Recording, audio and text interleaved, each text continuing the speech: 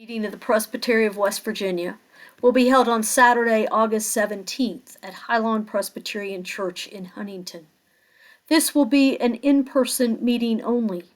We invite those who are unable to attend to follow the meeting by live stream on Facebook, but please note that you will be unable to interact with the meeting and your presence will not count toward a quorum. I'm Susan Sharp Campbell, Associate for Educational Ministry for the Presbytery, and in this video I'll be walking through the advanced packet and providing an overview of the work that we will be about on the 17th. The packet was emailed on August 7th or can be found at www.wvpresbytery.org. Please plan to attend the meeting prepared by reading through the packet in its entirety before you arrive at the meeting. But don't plan to come to the meeting with your mind made up as to how you will vote. As Presbyterians, we believe that as we gather in councils such as this, the Spirit of God moves among us, speaking to and through us in the voices of others as well as within ourselves, guiding us to discern God's way for us as we listen to reports and make decisions together. So come, informed as to the business, and yet open to where the Spirit might lead us as we gather on the 17th. At each meeting, we engage in mission by bringing items designated by the host church to assist one of their missions. For this meeting, we've been asked to bring deodorant and detergent. These will go to Harmony House, which seeks to end homelessness in the Huntington area. As you make plans to attend the meeting, plan to arrive at the church between 9 and 10 a.m. so you'll have time to check in, pick up your name tag, pay for lunch, and take part in fellowship around refreshments. If you haven't already downloaded the packet, I encourage you to do so now before continuing the video. I think you'll find the video will be more helpful if you can follow along in your packet. You will notice that the packet contains a considerable number of pages. If you will be in person for the meeting, you'll need to download it to a device that you'll have with you so you can follow along at the meeting, recognizing that Wi-Fi is very limited during the meeting. If you need a printed copy, they're available. You just need to call 304-744-7634 or email office at wvpresbytery.org no later than Tuesday, August 13th, and one will be waiting for you when you check in. Looking at the packet, you'll note it's divided into 3 sections. The first is the docket with the agenda and committee reports. The second is the worship bulletin. And the final one is flyers on upcoming events in the Presbytery. The docket for the meeting can be found on pages 1 and 2. It sets forth the order in which business will be taken up. The asterisk by several items indicates they are in order of the day and will be taken up at the designated time, even if doing so means that we have to postpone some discussion and business to later in the day. At 10 a.m., the moderator, Dawn Adamy, pastor of Bree Memorial Presbyterian Church, will call the meeting to order. Sharon Bell, pastor of Highland, will then bring greetings from the church. We will then move to the business of the Presbytery with the seating of new corresponding members. These are ministers of word and sacrament in attendance who are members of other presbyteries. Seating them means that they will be introduced and given the right to speak during the meeting. Ruling elders who are attending Presbytery for the first time as a commissioner will also be recognized. At this point in the meeting, the presence of a quorum will be announced if one is present. A quorum for this meeting is 15% of ministers of word and sacrament, or 16, and 15% of our church is represented by a ruling elder, or 18. Once a quorum is noted, the docket for the day will be approved, followed by the consent agenda. Items on the consent agenda are there because those planning the meeting think they will not need time for discussion, so they'll be voted on as one vote with one vote.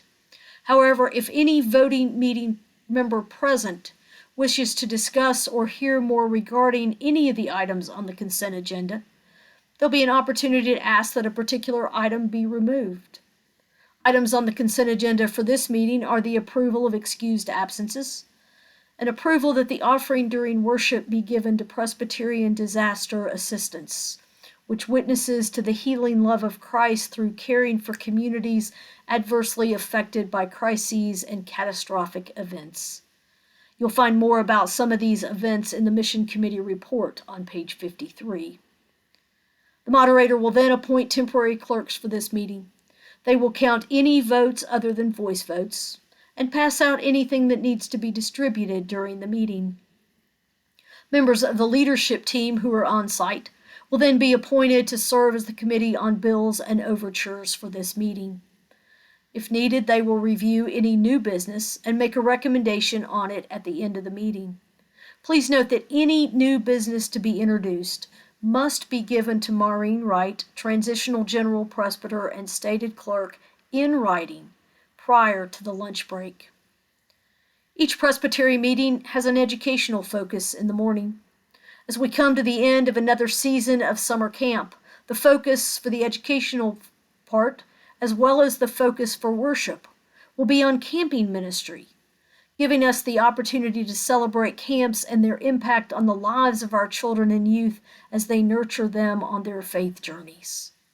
Brian Frick, Director of Camp and Retreat Ministries of the Presbyterian Mission Agency of the Presbyterian Church USA, will be our presenter for this time. Then, following a time of announcements, we will join together in worship, during which we will be celebrating the sacrament of the Lord's Supper. You'll find the worship bulletin following page 56 in the advance packet. If you've been to a presbytery meeting before, you may find the tone of this service somewhat different, as in particular the music has a church camp theme. At the end of the bulletin, you will find information on who will be leading worship and resources that were used in the creation of this service. Following worship, it will be time to eat. After lunch, we will reconvene with an opening prayer and then move to reports of presbytery entities. Most often, there are two sections to these written reports. One part contains the recommendations that we will be voting on, the other additional information about their ongoing work. Recommendations that come from a committee do not require a second, as more than one person has already agreed with them. The first report we consider after lunch is that of Maureen Wright as stated clerk of the presbytery. You will find her written report on pages 4 through 7. You will note what correspondence she has received since the last meeting and where it has been referred. While excused absences will most likely have been approved on the consent agenda, other recommendations found here include dissolving the Administrative Commission on Ruffner Presbyterian Church. You will find the rationale for doing this at the end of the recommendation.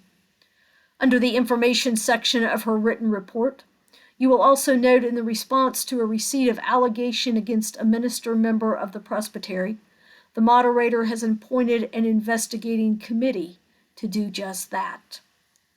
Finally, our Constitution requires that a balance be kept between the numbers of voting ministers of Word and Sacrament and ruling elders from sessions in order to maintain the parity between the two, and not have a higher number of ministers voting than ruling elders. You will see from the information provided here that such an imbalance does not exist in our presbytery at this time. The stated clerk will then point us to the procedural matters that will guide our meeting. These can be found on page 6.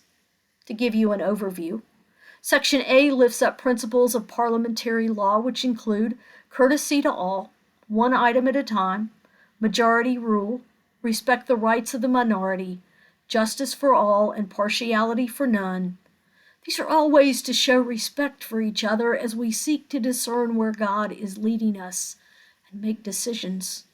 In general, they cover how to work and play well with others as we gather in Christ's body in this community. As items are discussed, pro and con speakers will alternate with individuals being asked to identify their position. When one person has spoken on a pending question, all others wishing to speak will be heard before that person can speak again. Please note that people can only speak twice. It takes special permission for anyone to speak again on the same question. Section B provides provisions from the Presbytery's manual that guide us, including who has the ability to speak, called having voice, and who has the ability to speak and vote. Section C sets forth the procedural rules we follow.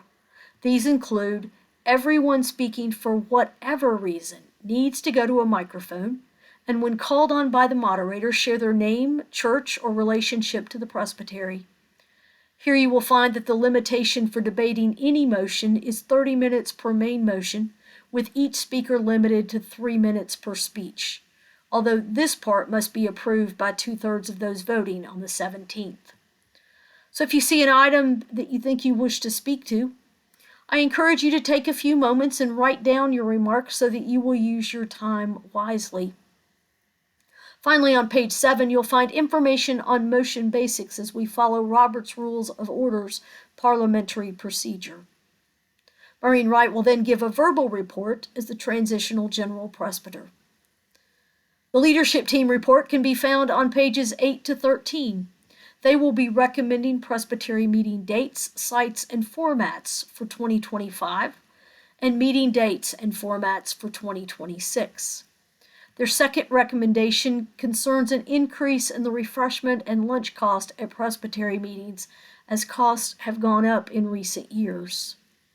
Their final recommendation is for the approval of an anti-racism policy for the presbytery. Such a policy is now one of 4 policies required for all councils of the church, including churches and presbyteries. You will find the proposed policy on pages 10 to 13. While these are all of the recommendations from leadership team for this meeting, you will find in their information section that they continue to work with Emily Swanson of Holy Cow as they seek to discern where God is calling us as a presbytery into the future. You will note they've called a special meeting of the presbytery for the afternoon of September 17th to present a plan for moving into the future.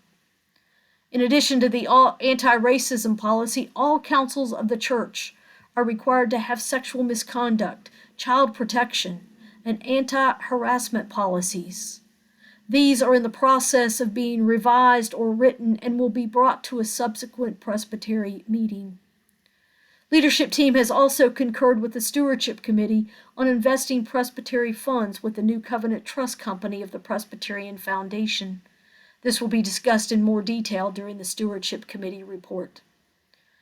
You'll also see in the information section that they reviewed the evaluation forms from the May Presbytery meeting. And finally, they received a report from the Bluestone Working Group, which was formed to develop a plan to have Bluestone Conference Center, Inc. function independently from the presbytery. This continues to be a work in progress. The 226th General Assembly of the PCUSA met in July in Salt Lake City. Those elected by the presbytery to attend were Minister Chris Kilbert, Ruling Elder Susan Perry, and Young Adult Advisory Delegate Emma Rao. You will find their written reports on pages 14 to 17. Those present will also be sharing a verbal report at this meeting. Ellie Johns Kelly is the Ministry Relationship Officer for the Allegheny and Chesapeake regions of the Presbyterian Foundation. She will be joining us on the 17th to bring greetings on behalf of the Foundation. The report of the Stewardship Committee can then be found on pages 18 to 37. Their first recommendation will be the approval of the presbytery budget for 2025. You'll find the proposed budget on pages 20 to 22. Their second recommendation will be to approve that our investment accounts be transferred to the New Covenant Trust Company, as I mentioned earlier. The rationale, including a fee schedule for the presbytery and its churches, can be found after the recommendation. On pages 23 to 29, you'll find the second quarter financial reports for the presbytery, including budget versus actual expenses, and our statement of financial position. Pages 30 to 32 provide information on shared mission and per capita payments by church through the second quarter of the year. On page 33 is the financial report for Bluestone Conference Center through June 30th. Friends of Bluestone is a separate 501c3 corporation to receive charitable donations on behalf of Bluestone. You will find their financial report on pages 34 to 37. At this point in the meeting, there'll be a time of good news from the pews.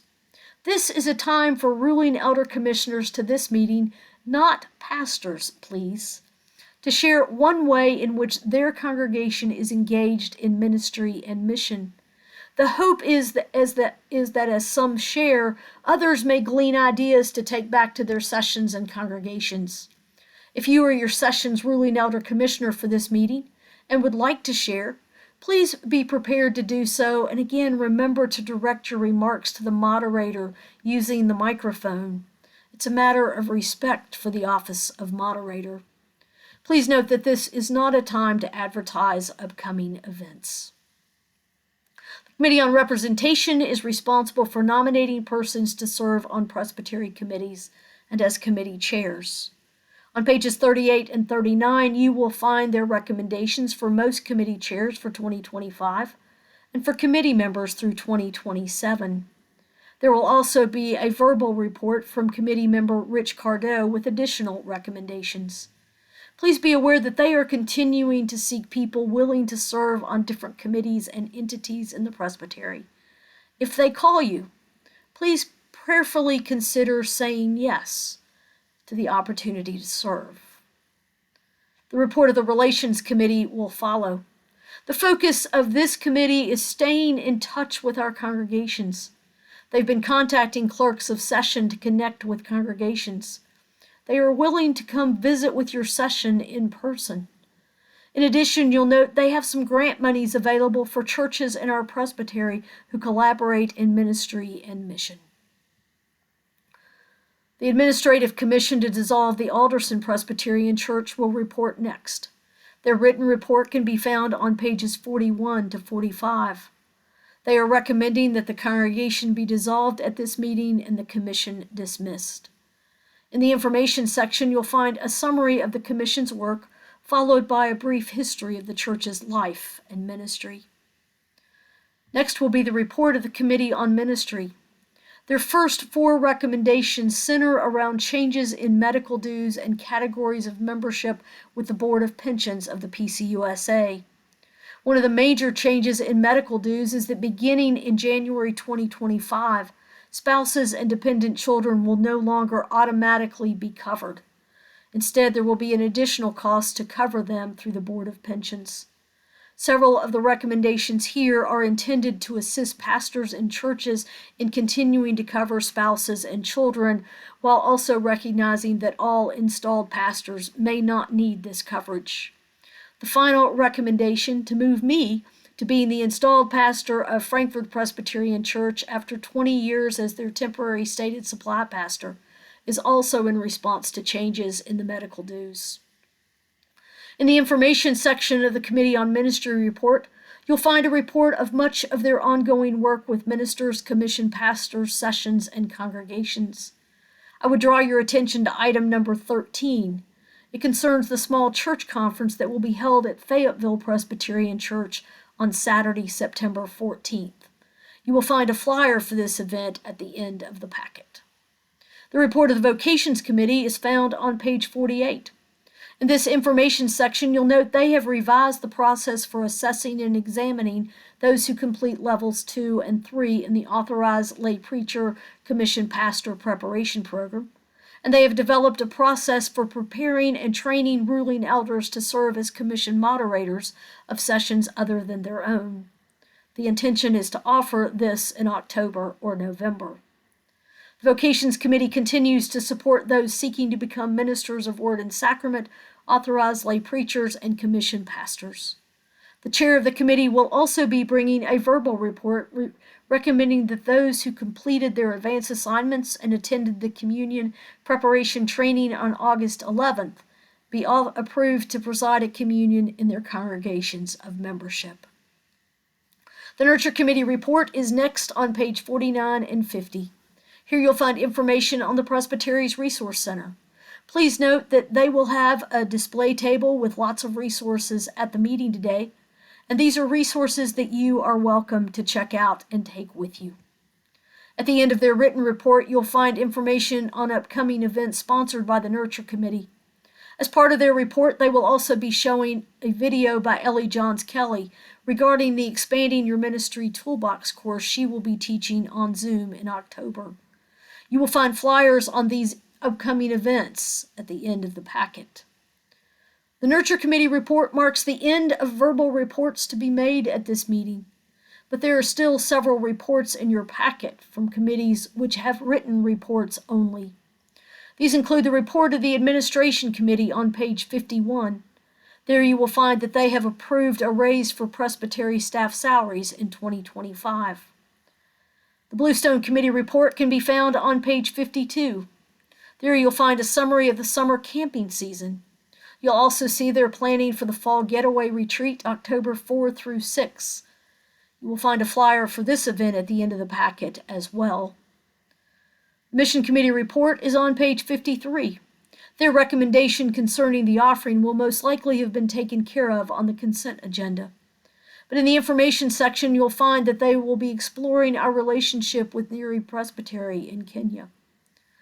The report of the Administrative Commission for Anderson Memorial Presbyterian Church is on page 54.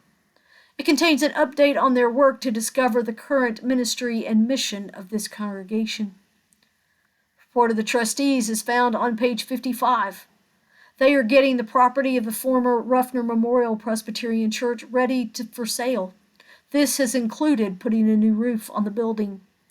They have also been active in assisting in the sale of a church manse and church property, which were approved on behalf of the presbytery by leaders of the presbytery as noted and as provided for in our Manual of Operations. After all of the written committee reports, you will come to an evaluation form for this meeting. It's on page 56. As you will have noted in the information section of the leadership team report, they review these to assist with planning future meetings. So please, take time to complete this evaluation form and return it. You may do this in one of several ways. You may print page 56 in the packet in advance, bring it with you to the meeting, complete it before you leave, and turn it in. Or you may print a hard copy after you get home, complete it, and send it in. Or you may want to wait until you get it in an email after the conclusion of the meeting, type your responses in on your computer, and submit it electronically. Whichever way you choose to do, please do choose to complete the evaluation form and return it. It really does help in planning meetings. After the evaluation form is the worship bulletin. After the bulletin is the flyer section. These contain information on upcoming events and are meant to be shared with those on your session and in your congregation. Flyers in this packet include the small church conference at Fayetteville Presbyterian Church on September 14th, the fall getaway retreat at Bluestone Camp and Retreat on October 2 through 4, Expanding Your Ministry Toolbox course, A Difficult Conversation on Zoom on Saturday, October 26th, and the fall youth retreat for those in grades 9 through 12 and their adult advisors at Bluestone Camp and Retreat November 15 through 17. If there's no new business given to the stated clerk before the lunch break, we will then move to adjourn, and the moderator will send us out with a benediction.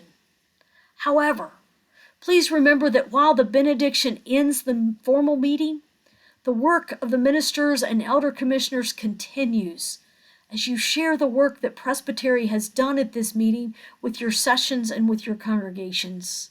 And please don't forget to share the flyers with anybody you think might be interested. I look forward to seeing you on the 17th in Huntington.